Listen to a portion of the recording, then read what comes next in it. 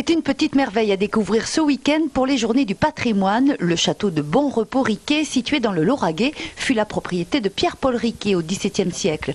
Dans ce parc, l'ingénieur conçut la maquette du canal, un ensemble hydraulique de 2 hectares. Qui lui a permis de faire venir l'archevêque de Toulouse et puis les émissaires du roi, Louis XIV, pour les convaincre de la faisabilité, d'alimenter en eau toute l'année un canal avec différentes retenues d'eau successives. Il y a 2 ans, la commune a racheté à une propriétaire privée le parc, l'orangerie et la bâtisse de 2500 mètres carrés, le tout quasi à l'état d'abandon. Depuis, chaque premier samedi du mois, plus de 200 bénévoles participent au débroussaillage ou interviennent sur les bâtis. C'est vrai qu'il y a de la fierté à faire partie des gens qui rénovent ce château. Face au coût estimé de la restauration, 22 millions d'euros, la municipalité a imaginé un mécénat original.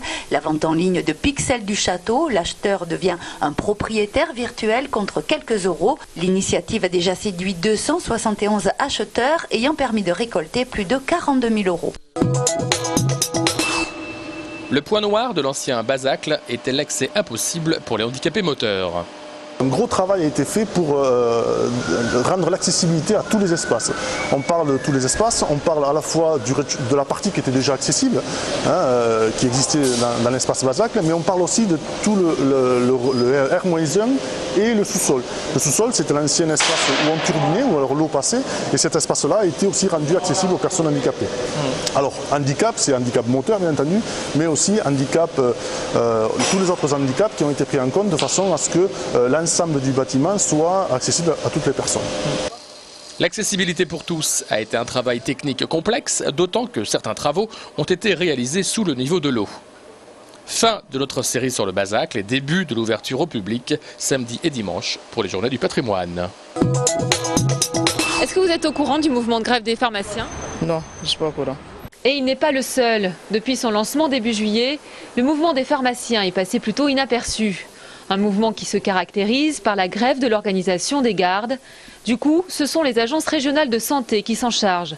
Baisse de volume et des marges, endettement, alors qu'ils ont toujours une image de privilégiés, les pharmaciens subissent eux aussi la crise.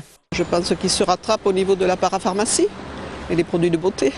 Il y a une concurrence maintenant qui est importante, avec les parapharmacies en particulier. Il faut bien voir qu'il y a 20 ans, la marge était à 31-32%, mettons. Elle est actuellement, la marge sur le médicament dans une pharmacie est à 21-22%, c'est-à-dire moins que la marge des grandes surfaces. À cela s'ajoute le nouveau plan d'économie de la sécurité sociale qui prévoit notamment la diminution des remboursements sur certains médicaments. Les pharmaciens vont aussi être impactés parce que les mutuelles vont proposer certainement des cotisations à tarif réduit mais à prise en charge réduite. Selon le syndicat majoritaire, la plupart des 420 pharmacies du département suivent le mouvement. Un mouvement qui pourrait se durcir si les pharmaciens n'obtiennent pas la revalorisation de leur marge. Pourquoi est-ce qu'on enlève des moyens à une école qui fonctionne bien, sachant qu'on ne sait pas derrière ce que ça va donner en termes de qualité d'accueil, en termes d'encadrement. Une école en danger, une de plus donc à Toulouse. Dans le quartier des Minimes, c'est la maternelle Negreneis qui se trouve cette fois-ci touchée par la fermeture d'une classe. Les conséquences derrière, c'est l'augmentation des effectifs dans chaque classe, c'est la perte de personnel, c'est la qualité de la pédagogie qui est mise à mal. Une décision jugée inacceptable par les délégués parents d'élèves. C'est pourquoi ils étaient plusieurs réunis ce matin devant l'établissement afin d'alerter les autres parents. On a envie de dénoncer, on a envie de dire que on n'est pas pour cette destruction du service public de l'enseignement. Voilà, à commencer par la maternelle.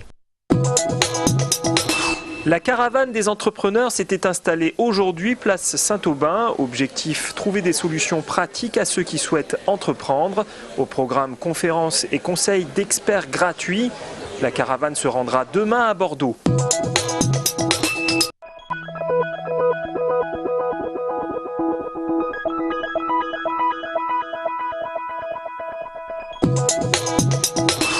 Le train Alzheimer était en gare Matabio aujourd'hui, l'occasion d'expliquer en profondeur la maladie et de la déstigmatiser. Au programme des conférences, notamment le témoignage de Lisiane, 54 ans, atteinte d'Alzheimer depuis 2 ans et demi. J'étais femme de chambre et je ne savais plus où j'allais, dans quelle direction. J'ai passé un test de mémoire qui était vraiment pas bon. Mon neurologue m'a fait faire tous les examens, c'est-à-dire scintigraphie et scanner. et à déceler tout de suite la maladie. Seuls 33% des patients sont aujourd'hui diagnostiqués de manière précoce. Alzheimer, une maladie particulièrement compliquée pour les proches. Moi je suis au travail et des fois on m'appelle, des fois j'oublie de m'appeler. Mais c'est l'incertitude qui est compliquée. Chaque année, en France, plus de 200 000 nouveaux cas d'Alzheimer sont diagnostiqués. Stade Toulousain Aviron Bayonnais, c'est le choc de la 7e journée de Top 14. Après s'être incliné de justesse face au BO, les hommes de Guinoves affrontent ce soir le leader surprise du championnat. Rendez-vous pour le coup d'envoi dès 20h45 à Ernest Vallon. Sur le rocher, le Toulouse Football Club va de son côté défier l'actuel 9e du championnat, l'AS Monaco.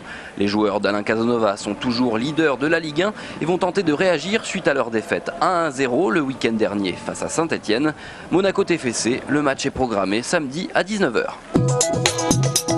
Séance solennelle hier soir, salle des illustres. L'Académie toulousaine de rugby a intronisé 3 nouveaux membres. 3 nouveaux qui sont 3 anciens rouges et noirs. Émile Ntamak, Jean-Pierre Rive et Jacques Durand. Ces rugbymen font désormais partie de la confrérie. Ils ont vécu cette intronisation comme un honneur, laissant exprimer avec émotion leur attachement à la ville rose. La 6e édition du festival Méditerranéo commence ce soir à Portet-sur-Garonne. Nouveauté, tout est gratuit. Et c'est ce 17 septembre à 21h que le chanteur Idir ouvre le festival qui se déroulera tout le week-end. Je pense que pour un artiste, peu importe ses origines, parce qu'avant tout, ce sont ses émotions premières qui doivent laisser la place à son origine ou à son appartenance à un clan ou même un parti ou autre chose. Je crois qu'il vaut mieux qu'il soit d'abord artiste avant d'être autre chose. Et si je suis kabyle, ça devrait transparaître en moi par la suite.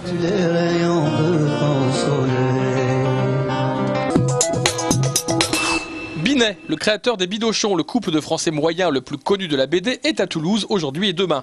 Dans ce tome 20 intitulé « Les Bidochons n'arrêtent pas le progrès », Raymond et Robert sont victimes de la surconsommation. Le poivrier électrique qui éclaire l'assiette. Comme ça qui permet de voir où est-ce que si on ne met pas trop de poivre. Ça paraît une bonne idée, sauf qu'en fait, à part manger dans le noir, je ne vois pas trop à quoi ça sert. Les Bidochons, c'est eux, c'est vous, c'est nous tous, quoi.